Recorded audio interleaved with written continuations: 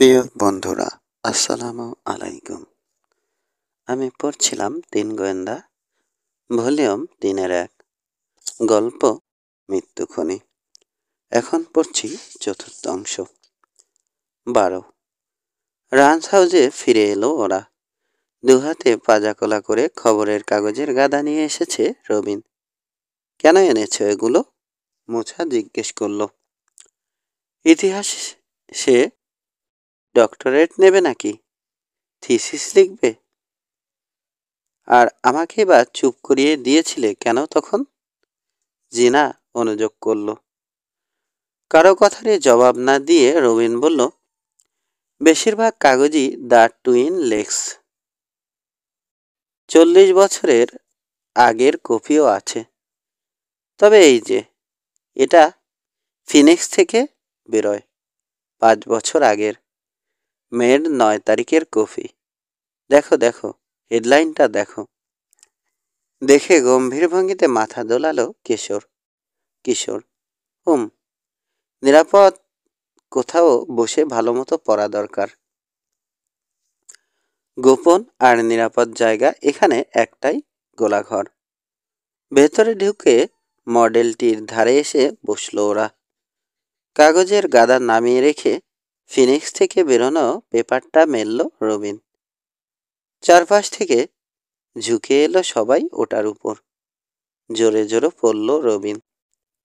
Armed truck লুট, $10 লক্ষ নিয়ে পালিয়েছে মুখোশধারী ডাকাতেরা। আজ বিকেল 3টায় নর্থ ইন্ডিয়ান হেড রোডে এক দুঃসাহসিক ডাকাতি হয়েছে। ট্রাকটা সিকিউরিটিস ট্রান্সপোর্ট কোম্পানির। মুখোশ পরা 3 জন সশস্ত্র ডাকাত অতর্কিতে আক্রমণ করে ড্রাইভার হিনো মার্কিং আর গার্ড ডিয়াগো পিটারকিনকে বেঁধে ফেলে। হাত মুখ বেঁধে রাখে ট্রাকের পেছনে। তারপর $10 লক্ষ লুট করে নিয়ে পালিয়ে যায়। এখানে উল্লেখযোগ্য, ডাকাতদের হাতে ছিল কাটা শটগান। নাম প্রকাশে অনিচ্ছুক এক প্রত্যক্ষদর্শীর বক্তব্য, সাদা একটা ক্রাইসলার সিডানে করে এসেছিল ডাকাতেরা। ফিনিশিয়ান লোন কর্পোরেশনের সামনে এসে আর্মার্ড ট্রাকটা থামার আগে থেকেই পথের ধারে দাঁড়িয়েছিল সাদা গাড়িটা। ডাকাতেরা মেঝেতে লুকিয়েছিল। টাকা লুট করে ওরা সাদা গাড়িতে তোলার পরই পাশের একটা কার্ড শপ থেকে এক মহিলা বেরিয়ে ড্রাইভিং সিটে বসল। দ্রুত গাড়ি চালিয়ে চলে গেল ইন্ডিয়ান হেড রোডের উত্তর দিকে। মুখোশধারীদের চেহারার বর্ণনা পাওয়া যায়নি, তবে মহিলাকে ভালো মতোই দেখেছে প্রত্যক্ষদর্শীরা। মহিলার বয়স 50 থেকে 60-এর মধ্যে। হালকা পাতলা গড়ন, চুল হালকা ধূসর, গায়ের রং তামাটে। 5 ফুট 7 ইঞ্চি মতো লম্বা, ওজন আন্দাজ 130 পাউন্ড। গাঢ় রঙের প্যান্ট ছিল পরনে, গায়ে টার্টল নেক সাদা শার্ট। গলায় অস্বাভাবিক বড় একটা ইন্ডিয়ান হার ছিল, রূপার তৈরি, নীলকান্ত মণি খচিত।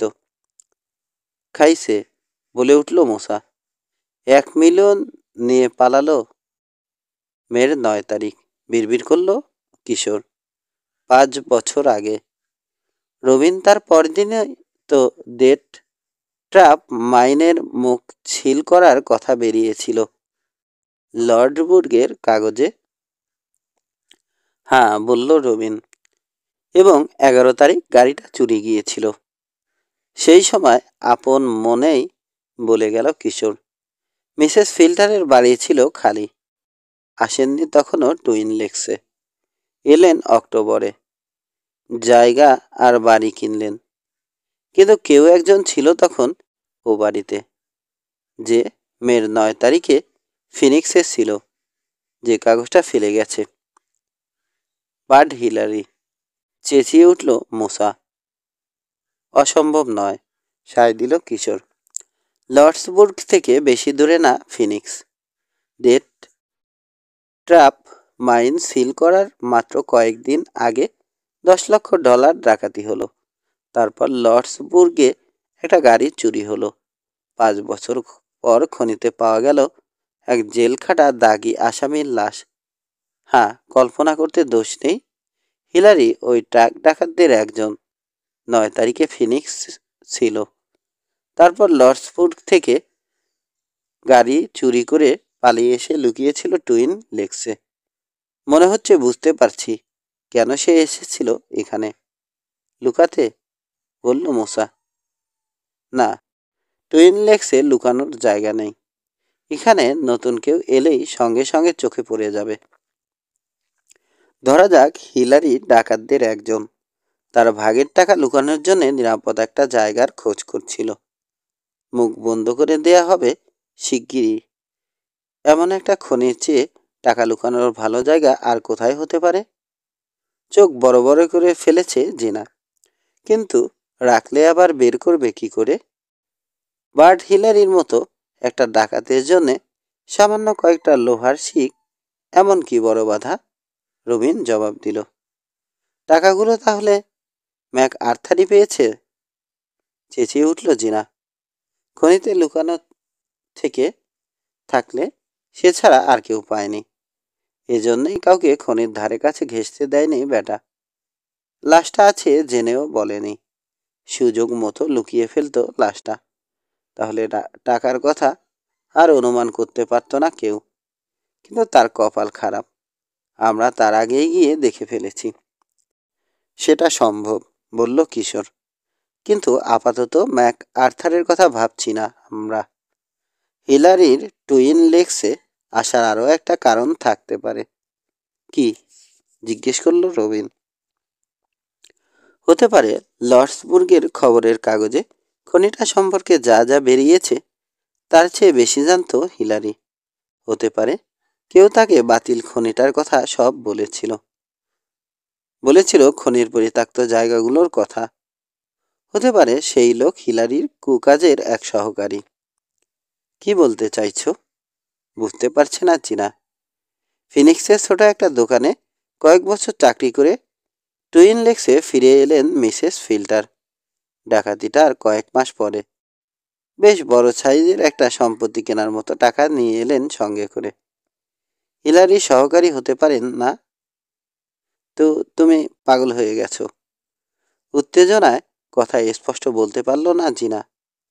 না, তা হয়নি, হালকা গলায় বলল কিশোর। যে গাড়িতে করে পালিয়েছিল ডাকাতেরা সেটার ড্রাইভার ছিলেন মহিলা। ঠিক। 2 আঙুলে চুটকি বাজালো রবিন।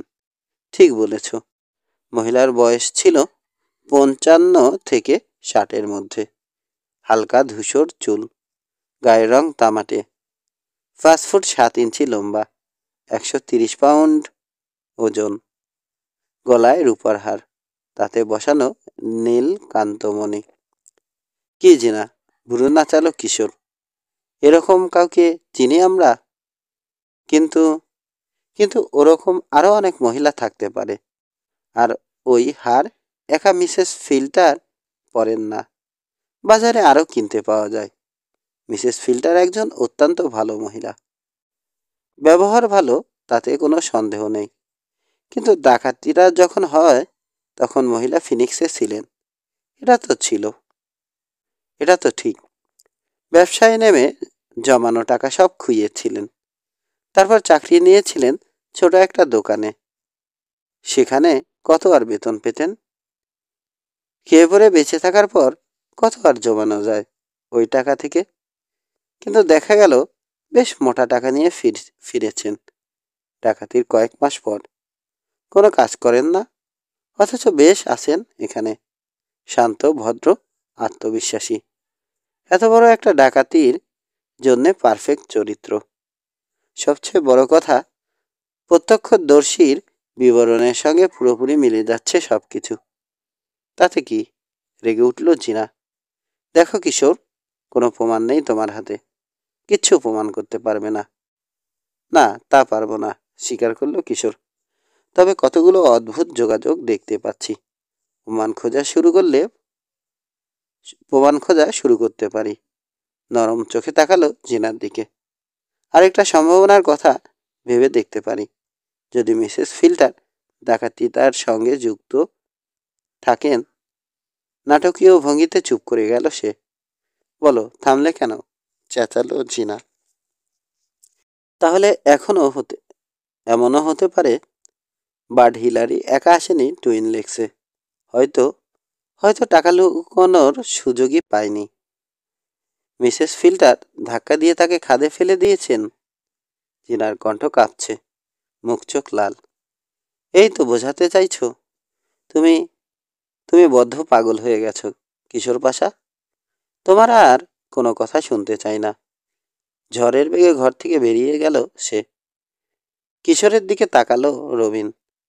সত্যি তুমি ভাবছো মিসেস ফিল্টার হিলারিকে খুন করে তার ভাগের টাকাও হাতিয়ে নিয়েছেন?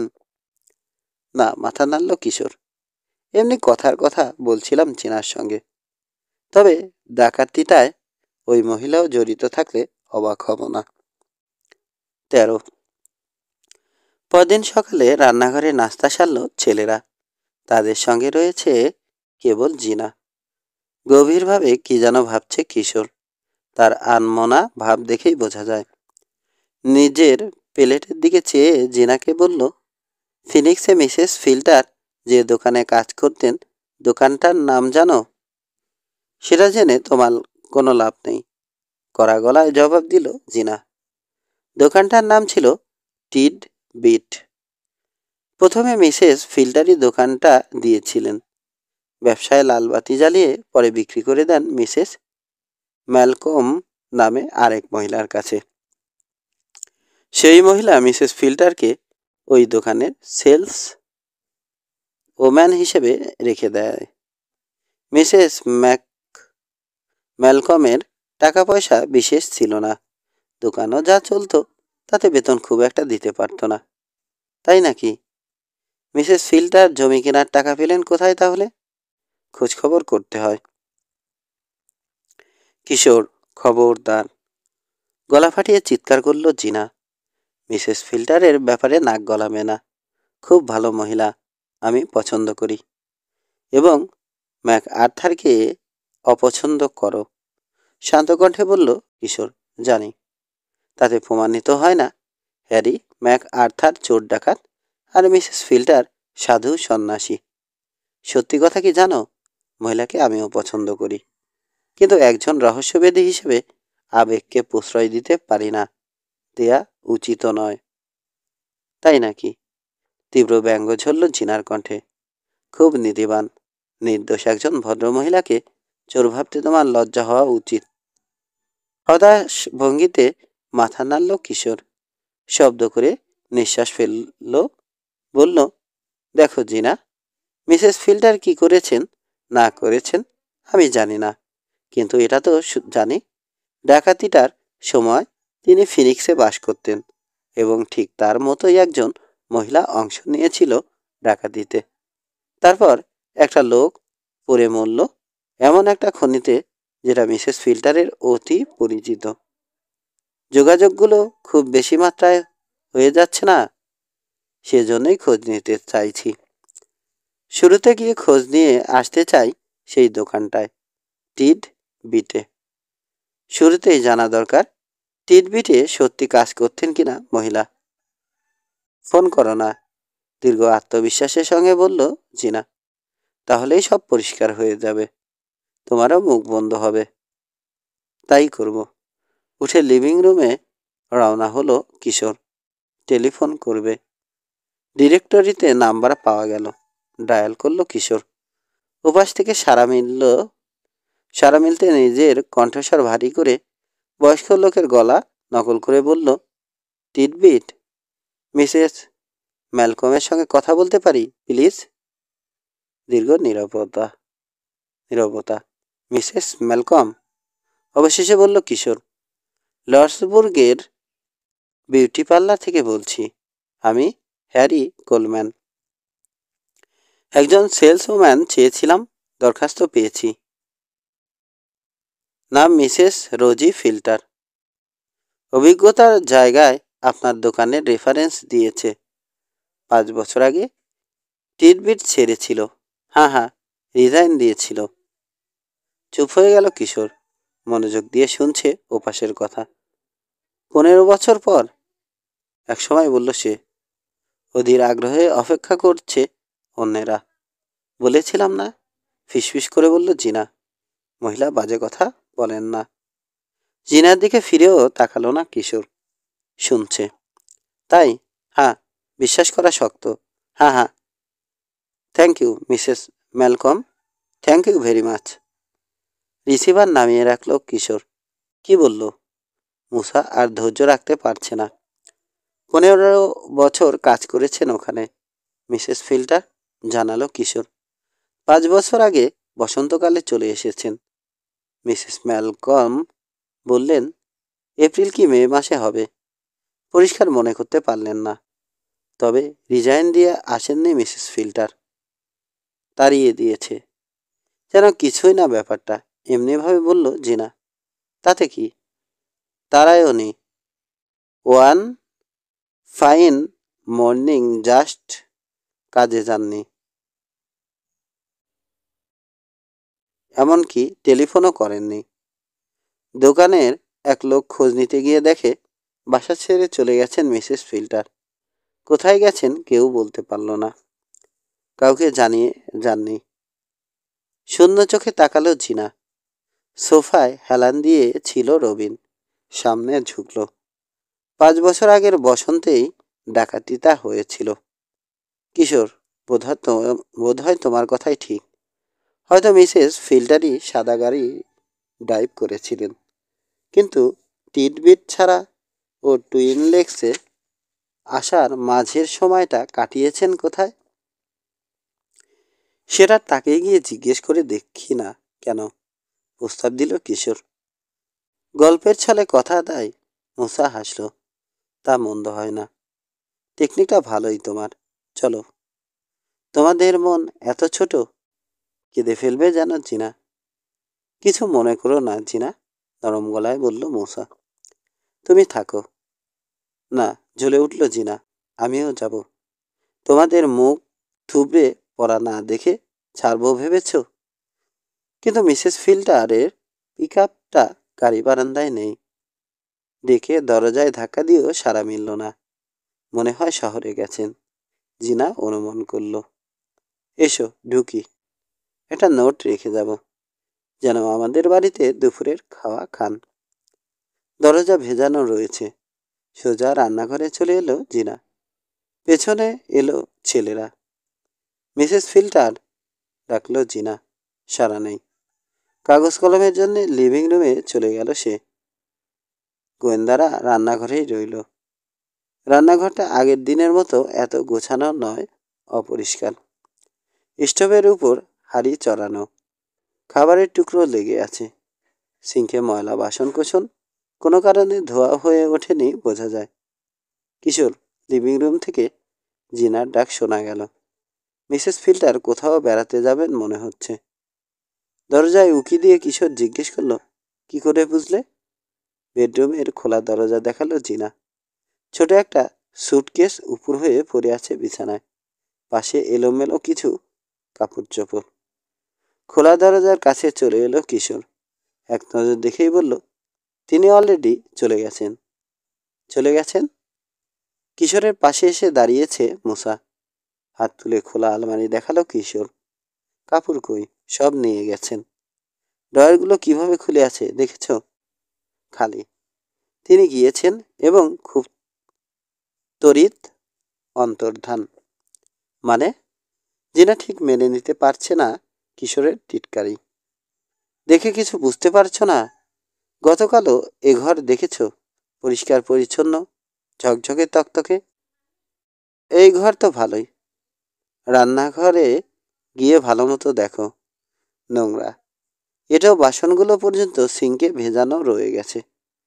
কোনো কারণে এক্সপ্রেস ট্রেনের গতিতে তিনি ভেগেছেন। কিডন্যাপ? হঠাৎ চেঁচিয়ে উঠল জিনা। তাকে ধরে নিয়ে গেছে। খাবার চুরি করেছিল যে, নিশ্চয় ওই বেটা। ঠিক তাই, মাথা দোলালো কিশোর। তা এজন্যই বুঝি সব কিছু গুছিয়ে নিয়ে খুব তাড়াতাড়ি করে লোকটার সঙ্গে কিডন্যাপ হয়েছেন? কেউ কিডন্যাপ করলে এভাবে সুটকেস গোছানোর সুযোগ দেয়? বোধহয় বেড়াতেই গেছেন, মুসা বলল। সন্দেহ আছে? বেড়াতে গেলে এভাবে নোংরা রেখে যেতেন না বাড়িঘর।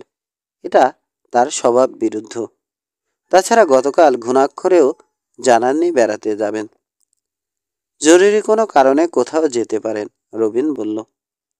আমরা যাওয়ার পর হয়তো ফোন পেয়েছিলেন। নিচের ঠোঁটে চিমটি কাটল কিশোর, ভুকুটি করল।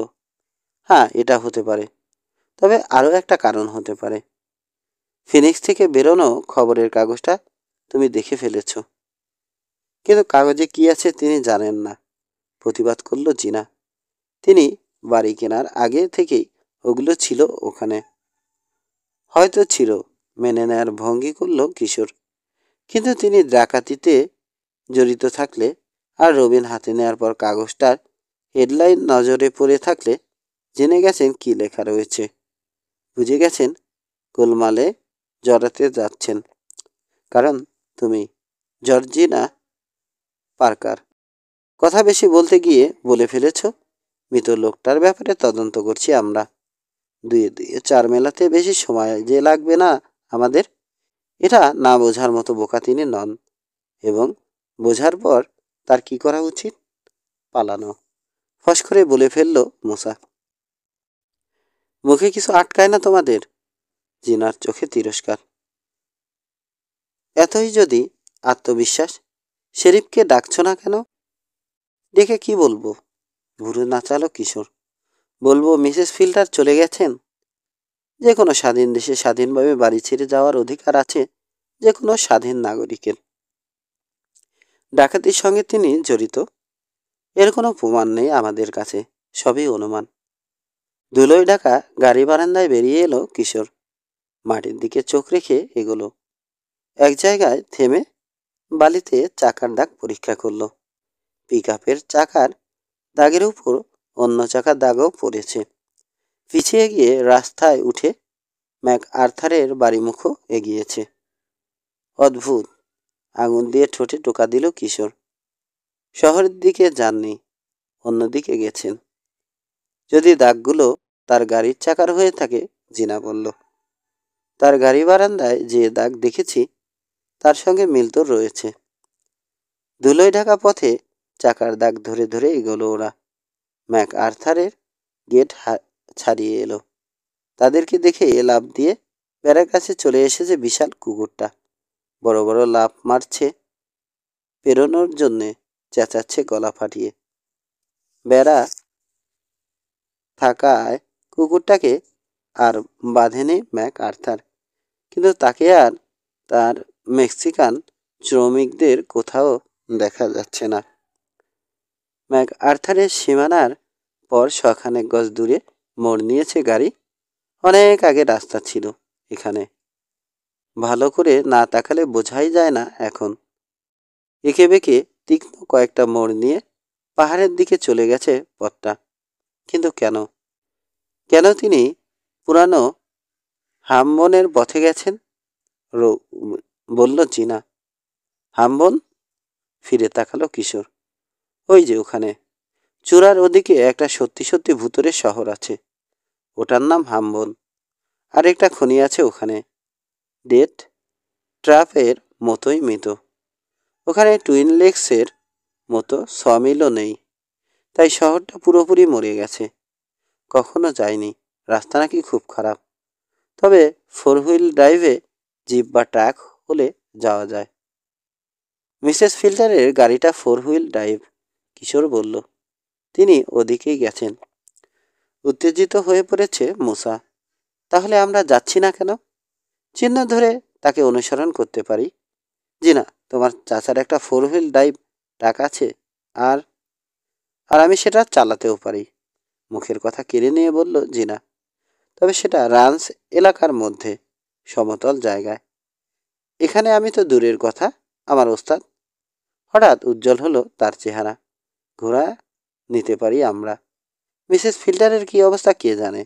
গাড়ি খারাপ হয়ে গিয়ে থাকলে ভীষণ বিপদে পড়বেন। আমরা তাকে সাহায্য করতে পারবো। ভিকি খালা এখন দয়া করে যদি কিছু খাবার গুছিয়ে দেয় আর চাচাকে বোঝায়, তাহলে সত্যিকারের একটা ভুতুরে শহর দেখতে পাবো আমরা। রবিনও উত্তেজিত। ভিকি খালাকে বোঝানোর দায়িত্ব তোমার, জিনা, হেসে বলল মুসা। তুমি 1 মিনিটে যতগুলো মিছে কথা বলতে পারবে, আমরা 3জনে মিলে 1 বছরেও তা পারবো না। 14। খাবার গুছিয়ে দিতে কার্পণ্য করল না ভিকি। স্যাডল ব্যাগে সেগুলো ঠেসে ভরে নিতে হলো অভিযাত্রীদের। খাবার গরম করার সময় খুব সাবধান, হুঁশিয়ার করে দিল ভিকি। পুরো পর্বতটা জ্বালিয়ে এসো না আবার। বারান্দায় দাঁড়িয়ে হাত নেড়ে বিদায় জানালো সে। জিনা চড়েছে তার প্রিয় অ্যাপালুসায়। কিশোরেরটা মোটাসোটা মাদি ঘোড়া, মুসারটা হাড় ঝিরঝিরে। হেসেই বাঁচে না জিনা। ঠাট্টা করে বলেছে, দেখো তোমার যা ওজন, বেচারার মেরুদণ্ড না বাঁকিয়ে দাও। রবিনেরটা আঙ্কেল উইলসনের তৃতীয় এবং সর্বশেষ। বেশ তেজি একটা ঘোড়া, ধূসর রঙের চামড়ায় সাদা ফুটকি। মাঝারি কদমে ম্যাক আর্থারের গেট পেরোল ওরা। ওদের দেখে যেন পাগল হয়ে গেল কুকুরটা। তার চিৎকারে ফিরে না চেয়ে পারল না 2 মেক্সিকান শ্রমিক। ওরা এখন কেবিন রং করায় ব্যস্ত। পাহাড়ি পথ ধরে আগে আগে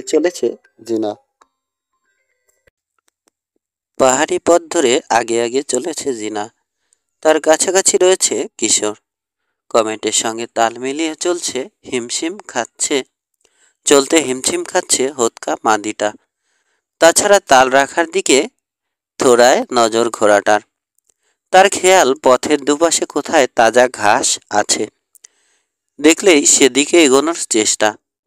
সামলাতে সামলাতে ইতিমধ্যেই ঘেমে উঠেছে কিশোর। একসময় হাল ছেড়ে দিল। মনের ভাব, যা খুশি করগে, মুটকির বেটি মুটকি।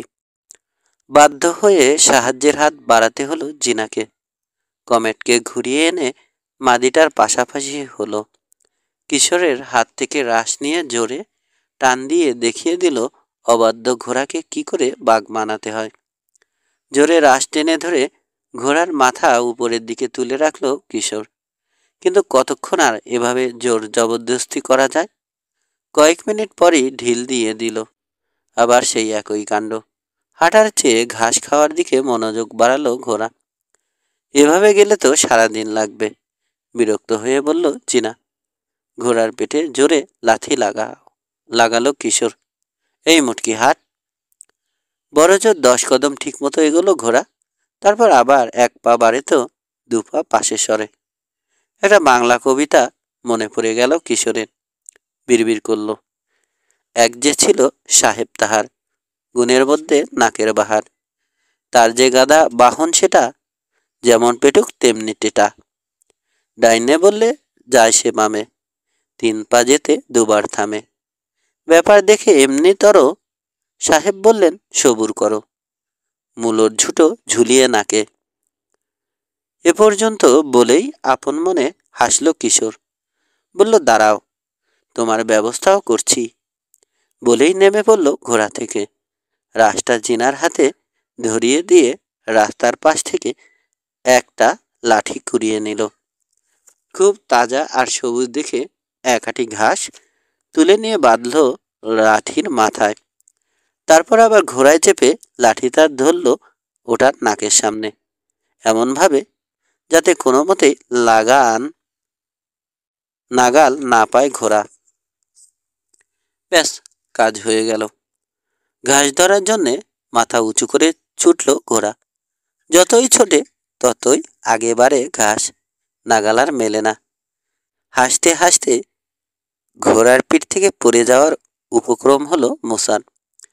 জিনা আর রবিনও হাসছে। হাসতে হাসতে রবিন বলল, জিনা, তোমার রাশ টানার চেয়ে কিশোরের ঘাস টানার বুদ্ধি অনেক মোক্ষম। হা হা হা। টায়ারের দাগ ধরে এগিয়ে চলেছে ওরা। দুধারে পাইন বন, তার ওপাশে পর্বতের ঢালে কি আছে দেখা যায় না। বেলা 1টার দিকে নগ্ন চূড়ায় পৌঁছল ওরা। দ্রুত নেমে চলল হামবনের ধুলোয় ঢাকা প্রধান সড়ক ধরে। চারপাশে খটখটে শুকনো কাঠের বাড়িঘর, ভাঙাচোরা জানালা, রংচটা সানসেট। সাইনবোর্ডগুলো পড়া যায় না। পথের উপর পড়ে আছে বিছানা আর সোফায় মসৃে ধরা স্প্রিং, ভাঙা আসবাবপত্র, কাছের টুকরো ছড়িয়ে আছে বাড়ির সামনে আনাচে কানাচে। একটা বাড়ির সামনে এসে ঘোড়া থেকে নামলো জিনা। এককালে ওটা হামবনের জেনারেল স্টোর ছিল। বারান্দার রেলিংয়ের সঙ্গে ঘোড়াটাকে বাঁধল সে। ছেলেরাও নামলো। অনেকক্ষণ ঘোড়ার পিঠে বসে থেকে শক্ত হয়ে গেছে যেন শরীর। যার যার ঘোড়া বেঁধে হাত পা ঝাড়া দিল। বাবারে, কি নির্জন! চারদিকে তাকাতে তাকাতে বলল মূসা। আশঙ্কা করছে যেন এখনই একটা ভূত বেরিয়ে আসবে। লোক থাকে না বলেই তো ভূতুরে শহর বলে, জিনা বলল। রাস্তার মাথায় বড় একটা ছাউনির দিকে হাত তুলল। বেড়া আর ছাদ করোগেটেড টিনের, জায়গায় জায়গায় মস্ত কালো ফোকর। শ্রমিকরা নিশ্চয় কাজ করত ওখানে। মস্ত ছাউনিটার দিকে এগোলো ওরা। দেখে শুনে চলবে, হুঁশিয়ার করলো জিনা। ওই যে টিনের টুকরো কাঠের টুকরো পড়ে আছে, ওগুলোর কাছে যাবে না। কোনো জিনিস তোলার চেষ্টা করবে না। রোদ থেকে বাঁচার জন্যে র্যাটল চেনেক লুকিয়ে থাকে ওসবের নিচে। ভয় পেলে জানি কি করে, বলল মূসা। ভেবো না, জঞ্জালের ভেতর কিছু খুঁজতে যাচ্ছি না আমরা। ছাউনির কাছে এসে দাঁড়ালো ওরা। অনেক আগেই খসে পড়ে গেছে দরজার পাল্লা। উকি দিয়ে ভেতরের বিষণ্ণতা দেখল সবাই। ও, কাঠের মেঝে, রবিন বলল। আমাদের ভার সইতে পারবে? শোয়াতে যাচ্ছে কে? কিশোর বলল। ভেতরে ঢুকছি না আমরা। ট্রাক নেই ওখানে। শুধু ভুতুরে শহর দেখতে আসিনি আমরা। রাস্তায় সরে এসে টায়ারের দাগ পরীক্ষা করল। দাগ ধরে ধরে গিয়ে থামলো ছাউনির এক কোণে। উকি দিয়ে একবার তাকিয়েই বলে উঠল, ওই যে। কি? ছুটে এলো জিনা। মূসা আর রবিনও এলো। পিক আপটা দাঁড়িয়ে রয়েছে। মিসেস ফিল্টার, চেঁচিয়ে ডাকলো জিনা। ছুটে গেল গাড়ির দিকে। মিসেস ফিল্টার, আপনি কোথায়? গাড়ির কাছে প্রায় পৌঁছে গেছে জিনা। এই সময় শোনা গেল একটা বিচ্ছিরি টিররির শব্দ। জিনা, খবরদার! চেঁচিয়ে উঠল কিশোর। লাফিয়ে পেছনে সরার চেষ্টা করলো জিনা, কিন্তু তাড়াহুড়োয় পিছলে গেল পা। ধপাস করে চিত হয়ে পড়ল বালিতে। ট্রাকের নিচ থেকে উড়ে এলো যেন একটা মোটা দড়ি। সবল হানল এক মুহূর্ত আগে জিনার পা যেখানে ছিল ঠিক সেখানে। কুৎসিত একটা চ্যাপ্টা মাথা, হা করা চওড়া চোয়ালে ভয়ঙ্কর দুটো বিষদাঁত। পাথর হয়ে গেছে যেন জিনা। পুরো 1 সেকেন্ড লম্বা হয়ে পড়ে রইল সাপটা। তারপর লেজের টিরার শব্দ তুলে গুটিয়ে নিতে লাগলো শরীর। নড়ো না জিনা, ফিসফিস করলো মূসা। একটা পাথর তুলে নিয়ে নিশানা করে ছুঁড়ে মারল জোরে। বাহ, একেবারে বুলসাই! হাততালি দিল রবিন। মাথা খতম। বড় বাচ্চা বেঁচে গেছে এ জিনা। কোনো মতে উঠে দাঁড়ালো জিনা। দুর্বল রোগীর মতো রক্তশূন্য চেহারা, কাপা গলায় মূসার দিকে চেয়ে শুধু বলল, থ্যাঙ্কস। মরে গেছে সাপটা, কিন্তু এখনো শরীর মোচড়াচ্ছে, পাক খাচ্ছে। ধীরে ধীরে থেমে এলো নড়াচড়া। ট্রাকের পাশে হাঁটু মুড়ে বসে নিচু হয়ে তলায় উকি দিল মূসা। আর না থাকলেই বাঁচি। সাপটার পাশ ঘুরে ট্রাকের একেবারে কাছে চলে এলো ওরা। কেবিনের ভেতরে উকি দিল। মিসেস ফিল্টার নেই, খালি। সামনে পেছনে কোথাও মালপত্র নেই। ইগনিশনের চাবিটাও নেই। এখানে এভাবে গাড়িটা ফেলে গেল। কানের পেছনে চুলকালো রবিন। কিছু বুঝতে পারছি না। আমিও না, জিনা বলল। কোথায় যেতে পারে? মালপত্রই বা কোথায়? কোথাও লুকিয়ে নেই তো? এদিক ওদিক তাকালো মূসা। শহরটা খুঁজে দেখলো ওরা। জানালার দরজায় দাঁড়িয়ে উকি দিয়ে দেখলো ঘরের ভেতরে। কিন্তু ভাঙা আসবাব আর ময়লা জঞ্জাল ছাড়া আর কিছু চোখে পড়ল না। এখানে ওখানে বালিতে পায়ের ছাপ আছে। মিসেস ফিল্টার নেই। লোক যাতায়াত আছে, চিন্তিত ভঙ্গিতে বলল কিশোর। আবার পিক আপের কাছে এলো ওরা। ওদের পায়ের ছাপ ছাড়াও ছাপ আছে। ওগুলো অনুসরণ করে এগোলো কিশোর।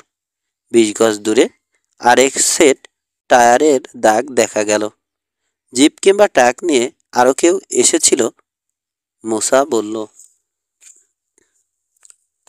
দাগ ধরে এগোলো ওরা। শহরের এক কিনারে চলে এলো। পাহাড়ের ঢাল বেয়ে নেমে গেছে আরেকটা সরু পথ। ওরা যেটা দিয়ে এসেছিল তার উল্টো দিকে এই পথটা মোটামুটি ভালো অবস্থায় রয়েছে। চুপ করে কিছু দেখছে কিশোর। বলল, কারোর সঙ্গে দেখা করতে এসেছিলেন কিনা কে জানে। টুইন লেকস থেকে এসেছেন নিজের গাড়ি নিয়ে। আগেই ঠিক করা ছিল অন্য কেউ এখানে গাড়ি নিয়ে অপেক্ষা করবে। নিজের গাড়িটা এখানে ফেলে মালপত্র নিয়ে অন্য গাড়িতে করে চলে গেছেন মিসেস ফিল্টার। জিনা, এ পথটা কোথায় গেছে? শিওর না, মাথা নাড়ল জিনা। শুনেছি ওদিকে মরুভূমি। নিচে গাছের মাথায় ধুলোর ঝড় দেখা গেল। ঢালের দিক থেকে ভেসে এলো ইঞ্জিনের শব্দ। লো গিয়ারে চলছে গাড়ি, ফলে গো গো বেশি করছে। ফিরে আসছে বোধ হয়। ভুরু কুচকে পথের মোড়ের দিকে চেয়ে আছে মুসা। কিন্তু মিসেস ফিল্টার ফেরেনি। একটা জিপ আলগা নুড়িতে ঠিকমতো কামড় বসাতে পারছে না চাকা। এবড়ো খেবড়ো পথের ঝাঁকুনি আর খাড়াই গাড়ির গতি একেবারে কমিয়ে দিয়েছে। ড্রাইভিং সিটে বসে আছে একজন বয়স্ক লোক। মাথায় ছড়ানো কানওয়ালা খড়ের তৈরি হ্যাট। পাশে বসা এক মহিলা, পরনে সাফার সুতি পোশাক। হায়। পাশে এসে গাড়ি থামালো লোকটা, হাসলো। হায় হাত তুলে জবাব দিল মুসা। তোমরাই শুধু? মাথা নোয়ালো মুসা। বোতল শিকারে এসেছ নিশ্চয়। বোতল শিকার? জিজ্ঞাসু চোখে তাকালো রবিন। আমরা সেজন্যই এসেছি, মহিলা বলল। সেই কাঁচা বার্ডে থেকে। এসব পুরানো জায়গায় মাঝে সাঝেই পুরনো আমলের চমৎকার সব বোতল পাওয়া যায়। তবে খোঁজার সময় সতর্ক থাকতে হয়। হাত দেওয়া উচিত না। লাঠি দিয়ে সরিয়ে নেওয়াটাই ভালো। নইলে সাপের যা আড্ডা এসব পুরো জায়গায়। জানি, বলল কিশোর। আচ্ছা, আরো লোক আসে নাকি এখানে? হয়তো আসে, জবাব দিল লোকটা। রাস্তা খুব খারাপ নয়, সেটা একটা কারণ।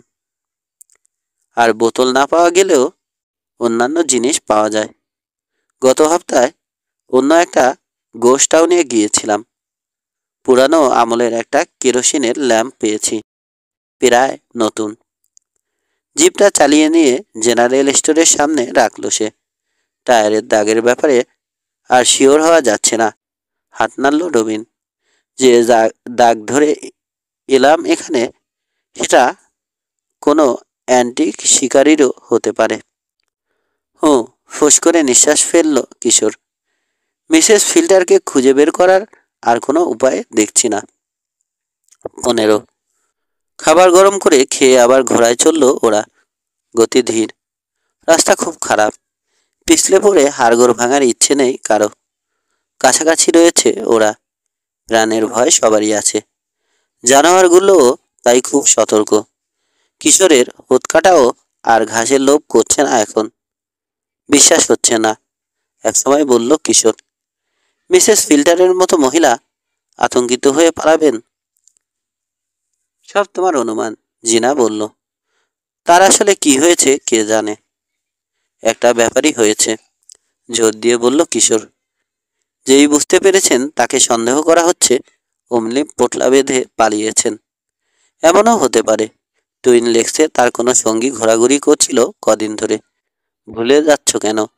ছুরিটা এখনো পাওয়া যায়নি। মুসার মুখ উজ্জ্বল হলো। হ্যাঁ, তাই তো। ওই বেটাই চুরি করেছে। মিসেস ফিল্টারই হয়তো সে রাতে চোরটাকে নিজের বাড়িতে লুকিয়ে রেখেছিলেন। খাবার চুরির রহস্যটাই বা কি? রবিন বলল। আর সিগারেটের গোড়া? কি? জিজ্ঞেস করল চীনা। হতে পারে চোরটা তখনও মিসেস ফিল্টারের ঘরেই ছিল। আমরা যেদিন তার সঙ্গে দেখা করতে গিয়েছিলাম, খিদে পেয়েছিল, তাই আমরা ঘর থেকে বেরোতেই খেয়ে নিয়েছে সে। মনে করে দেখো, খাবার নেই এ ব্যাপারটা প্রথমে মিসেস ফিল্টারের চোখে পড়েনি। কিশোর বলার পর। চমৎকার যুক্তি, রবিন, বলল কিশোর। ঠিক পথেই ভাবছ। তোমাদের মাথা খারাপ হয়ে গেছে। রেগে গেল জিনা। উত্তেজিত হয়েও না জিনা, কিশোর বলল। সবই আমাদের অনুমান। অনেকগুলো উদ্ভট ব্যাপার ঘটছে তো। 5 বছরের পুরানো একটা লাশ পেলাম খনিতে। 5 বছর আগের এক ডাকাতির সঙ্গে জড়িত ছিল লোকটা। সন্দেহভাজন বিধবা মহিলা রহস্যজনকভাবে নিখোঁজ হয়ে গেলেন। গাছ কাটার একটা ছুরি চুরি গেল। ডাকাতদের সঙ্গে এটারও কোনো সম্পর্ক থাকতে পারে। একটা বাতিল রূপার খনির মুখ খুলে খনি খনি খেলা শুরু করেছে এক আতপাগলা কোটিপতি। কুড়িয়ে পেলাম একটা সোনা মেশানো নুড়ি। অথচ মিসেস ফিল্টারের কথা মতো 1 আউন্স সোনা থাকার কথা নয় খনিতে। হয়তো মিছে কথা বলেছেন, মুসা বলল। কেন বলবেন? ম্যাক আর্থারের সঙ্গে তার কোনো সম্পর্ক আছে বলে তো মনে হলো না। যদি টাকাগুলো খনিতে লুকানো থাকে, মিসেস ফিল্টারের সে কথা জানা থাকলে ম্যাক আর্থারের মতোই চাইবেন খনিতে কেউ না ঢুকুক। এরপর বাকি পথটা প্রায় নীরবে পেরোলো ওরা। বিশেষ কোনো কথা হলো না। সেই বিকেলে এসে নামলো উপত্যকায়। ম্যাক আর্থারের লাল ট্রাকটা নেই। কেবিনের কাছে পড়ে রয়েছে রঙের বালতি, কিন্তু মেক্সিকান শ্রমিকেরা অদৃশ্য। বিকেলের সোনালি রোদে লম্বা হয়ে শুয়ে ঘুমে অচেতন বিশাল কুকুরটা।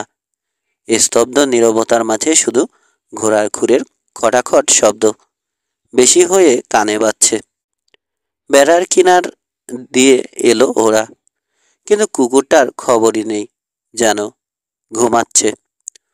অদ্ভুত তো, কিশোর বলল। এতক্ষণ তো বেড়া ভাঙার চেষ্টা করার কথা। রাঞ্চে ফিরে ঘোড়াগুলো খোয়ারে ঢুকিয়ে রাখলো ওরা। বাড়ির সদর দরজা খোলা। রান্নাঘরের টেবিলে একটা নোট পাওয়া গেল। মিসেস উইলসন লিখে রেখে গেছেন। ভিকির বোন জরুরি খবর দিয়েছে। তাকে নিয়ে সিলভার সিটিতে গেলাম। ফিরতে রাত। রান্নাঘরের টেবিলে একটা নোট পাওয়া গেল। মিস্টার উইলসন লিখে রেখে গেছেন। ভিকির বোন জরুরি খবর দিয়েছে। তাকে নিয়ে সিলভার সিটিতে গেলাম। ফিরতে রাত হবে। ঠান্ডা খাবার দিয়েই কোনো মতে আজ ডিনার সেরে নিও। লাভ, আঙ্কেল উইলসন। দারুণ, উজ্জ্বল হয়ে উঠল কিশোরের মুখ। আমার কাছে তো দারুণ লাগছে না, জিনা বলল। তোমার হয়েছে কি কিশোর? ভিকি খালার বোনের শরীর খারাপও তো হতে পারে। না হলেই খুশি হব, অন্তর থেকেই বলল কিশোর। খুশি হয়েছি কেউ নেই দেখে। মিসেস ফিল্টার নেই, ম্যাক আর্থারের ট্রাকটা নেই, তার মানে সেও নেই, তার শ্রমিকেরা নেই, আঙ্কেল উইলসন আর ভিকি খালাও নেই। দারুণ বলবো না? খনিতে ঢোকার এর চেয়ে মোক্ষম সুযোগ আর পাবো? পকেট থেকে নুড়িটা বের করে শূন্যে ছুঁড়ে দিয়ে খপ করে ধরল আবার সে। সঙ্গীতের দিকে তাকালো। চলো এখনই, এমন সুযোগ আর পাবো না। দেখি গিয়ে কি মেলে খনিতে। কুত্তাটা, মনে করিয়ে দিল মুসা। কেউ না থাকলেও ওটা তো আছে, ব্যবস্থা করছি। ফিরিদের কাছে প্রায় উড়ে গিয়ে বলল জিনা। ভেড়ার আস্ত একটা রান বের করে নিয়ে বলল, বাঘা কুত্তার ওষুধ। অনেকক্ষণ ব্যস্ত থাকবে। কয়েক মিনিট পর ম্যাক আর্থারের বেড়ার ধারে এসে দাঁড়ালো ওরা। কুকুরটা এখনো ঘুমাচ্ছে। স্বেচ্ছি মাসি কামড়েছে নাকি ব্যাটাকে? মুসা বলল। স্বেচ্ছির কামড়ে কুকুরের কিছু হয় না, জানালো রবিন। শুধু মানুষ আর গাধার উপর কাজ করে ওদের বিষ। খাইছে গাধা আর মানুষ তাহলে এক টাইপের প্রাণী। ইজ্জত গেল। এই কুত্তা, এই বাঘা, ওঠ ওঠ। এই যে তোর খাবার নিয়ে এসেছি। ভেড়ার ঠ্যাংটা নাড়ল জিনা, কিন্তু নড়লও না বাঘা। আবার ডাকলো মশা, কিন্তু সাড়া নেই। অবশেষে বেড়া ডিঙাল সে। উপরে চড়ে লাফিয়ে নামলো অন্য পাশে, ম্যাক আর্থারের সীমানা আর ভেতরে। সাবধান, হুঁশিয়ার করলো রবিন। জেগে উঠে কামড়ে দিতে পারে। জিনা, দেখি রানটা দাও তো, বলল মশা। উপর দিয়ে ছুঁড়ে দাও। কুত্তা মিয়া কখন আবার লাফিয়ে ওঠে। রানটা লুফে নিয়ে কুকুরটার দিকে ফিরল মশা। মরে গেল নাকি? মশার মতোই বেড়া ডিঙালো তিনজনে। রানটা নিয়ে নিল আবার জিনা। একসঙ্গে চারজনে এগোলো কুকুরটার দিকে।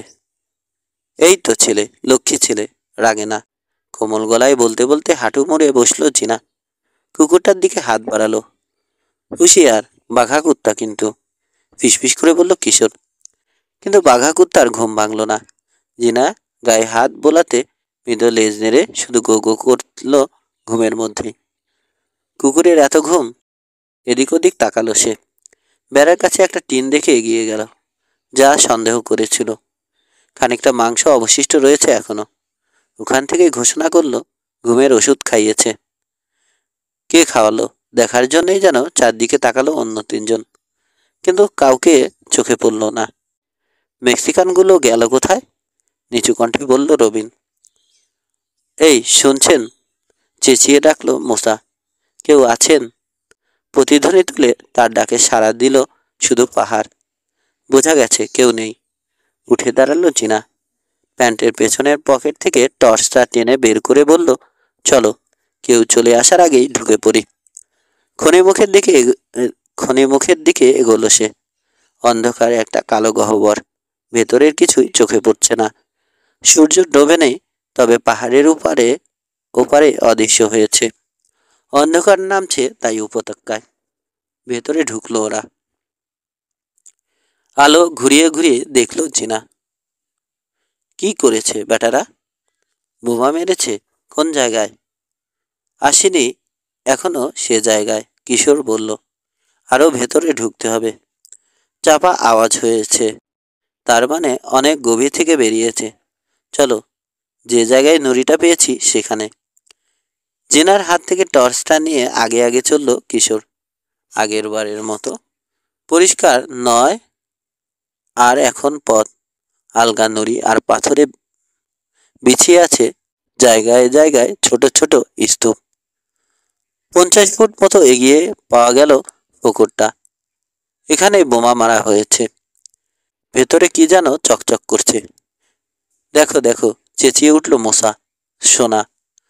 পুকুরে ঢুকলো কিশোর। টর্চের আলোয় ঝকঝক করছে হলদে ধাতু। আঙুল দিয়ে খুঁচিয়ে টুকরোটা বের করে নিয়ে এলো সে। আশ্চর্য, মিসেস ফিল্টার ভুল বলেছেন, জিনা বলল। খনিটাতে স্বর্ণ আছে। হঠাৎ স্থির হয়ে গেল চারজনেই। খনির বাইরে শব্দ। গুলি করেছে কেউ, কিংবা গাড়ির ইঞ্জিনের মিসফায়ার। কে যেন আসছে। ফিসফিস করল মশা। চলো ভাগি, জরুরি কণ্ঠে বলল জিনা। আবার ধরা পড়তে চাই না। সোনার টুকরোটা পকেটে রেখে তাড়াহুড়ো করে বেরিয়ে এলো কিশোর। অন্যেরাও বেরোলো পুকুর থেকে। মোড় নিয়ে গলি থেকে বেরিয়ে প্রধান সুড়ঙ্গে ঢুকতেই অতি আফসা আলো চোখে পড়ল। খনি মুখ দিয়ে আসছে সাজের ফ্যাকাশে সবুজ আলো। টর্চ নিভিয়ে দিল কিশোর। পায়ে পায়ে এগোলো মুখের দিকে। কুকুরটা তেমনি শুয়ে আছে। আবছা অন্ধকারে অস্পষ্টভাবে দেখা যাচ্ছে। বেড়ার বাইরে টায়ারের শব্দ তুলে থামলো একটা গাড়ি। দুজন লোক বেরোলো গাড়ি থেকে। হ্যারি, বলল একজন, পাথর দিয়ে বাড়ি মারো। দরকার কি? খসখসে কণ্ঠস্বর দ্বিতীয় জনের। গুলি করলেই তো হয়। তোমার যা কথা না। গুলির শব্দ শুনে ফেলুক কেউ, আর মোটকা শেরিফকে খবর দিয়ে দিক। নাও, পাথর নাও। দূর থেকেও তার নিঃশ্বাসের ফোঁস শব্দ শুনতে পাচ্ছে ছেলেরা। কিশোর, ফিসফিসিয়ে বলল মশা। এই বেটাই, ওই ঢুকেছিল সেদিন গোলাঘরে। আমাকে কোপ মারার আগে ওরকম করেই শ্বাস ফেলেছিল। খনির অন্ধকারে পিছিয়ে এলো আবার চারজনে। কি করি এখন? জিনা বলল। দৌড় দিয়ে পেরোতে পারবো না, ধরে ফেলবে। ভাবসাব দেখে মোটেই ভালো লোক মনে হচ্ছে না। পাথর দিয়ে বাড়ি মারার ঠনঠন শব্দ কানে এলো। খানিক পরেই ভেঙে পড়ল গেটের তালা। এখনো থাকলে ওই ঘরেই আছে। হ্যারির খসখসে কণ্ঠ। বিঙ্গো, কি মনে হয় তোমার? নাও থাকতে পারে, জবাব দিল ফুসফুস নিঃশ্বাস। উঠোন পেরোচ্ছে ওরা। যথেষ্ট সময় পেয়েছে। সহজেই অন্য কোথাও লুকিয়ে ফেলতে পারে। ঘরে না পেলে খনিতে খুঁজব। সেখানে না পাওয়া গেলে চুপ করে গিয়ে লুকিয়ে বসে থাকব। সাহেব এলেই ধরব, গলা টিপে। রসিকতায় হাসল দুজনেই। দরজা খোলার শব্দ হলো। কেবিনে ঢুকছে। আমাদের দেখে ফেলবে এখানে এলে। চিচি করে উঠল জিনার কণ্ঠ। কোনো মতে পালানো দরকার। রাঞ্চে গিয়ে শেরিফকে ফোন করব। পাগল নাকি? আটকে উঠল মোসা। ওদের সামনে দিয়ে বন্দুক আছে। হামাগুড়ি দিয়ে খনিমুখের কাছে গিয়ে সাবধানে বাইরে উকি দিল কিশোর। ছাউনিটার কাছে এক বালতি তরল পদার্থ পড়ে আছে। আর একটু এগিয়ে তরলের গন্ধ শুকল সে। ছুঁয়ে দেখল ছাউনির খটখটে শুকনো কাঠের পাল্লা। খনিতে ফিরে এলো কিশোর। রং গোলানোর তেল। মেক্সিকানরা ফেলে গেছে, বলল সে। ছাউনিতে আগুন ধরিয়ে দিলে শহরের কারো না কারো চোখে পড়বে। ফায়ার ব্রিগেডকে খবর দেবে। মোসা, দেয়াছালাই আছে না তোমার কাছে? হামবনে খাবার গরম করেছিলে যে। দেয়াশালাই বের করে দিল মোসা। সামনেতে গিয়ে পাল্লা আর বেড়ার কাঠ তেল দিয়ে ভেজালো যতখানি পারল। কাঠি জেলে তাতে দিল লাগিয়ে। দপ করে জ্বলে উঠল আগুন। চোখের পলকে ছড়িয়ে গেল। সময় মতো সরে এলো সে। চমৎকার, হাসি মুখে বলল মোসা। কাজ না হয়েই যায় না। কি মনে পড়তে আচমকা চেঁচিয়ে উঠল কিশোর। জলদি জলদি ঢোকো। ধাক্কা দিয়ে জিনাকে সরিয়ে দিল সে আরো ভেতরে। মুসার রবিনের হাত ধরে টান দিয়ে নিজে ডাইভ দিয়ে পড়ল মেঝেতে। বিচিত্র ভঙ্গিতে অনেকটা ব্যাঙের মতো লাফিয়ে সরে গেল যতটা পারল। কি ব্যাপার বলতে গিয়ে বাধা পেল মুসা। ডিনামাইট বলেই আরো ভেতরে সরে গেল কিশোর। নিশ্চয়ই সামনেতে রেখেছে ম্যাক আর্থার। তার কথার প্রমাণ দিতেই যেন প্রচণ্ড বিস্ফোরণে কেঁপে উঠল ধরণী।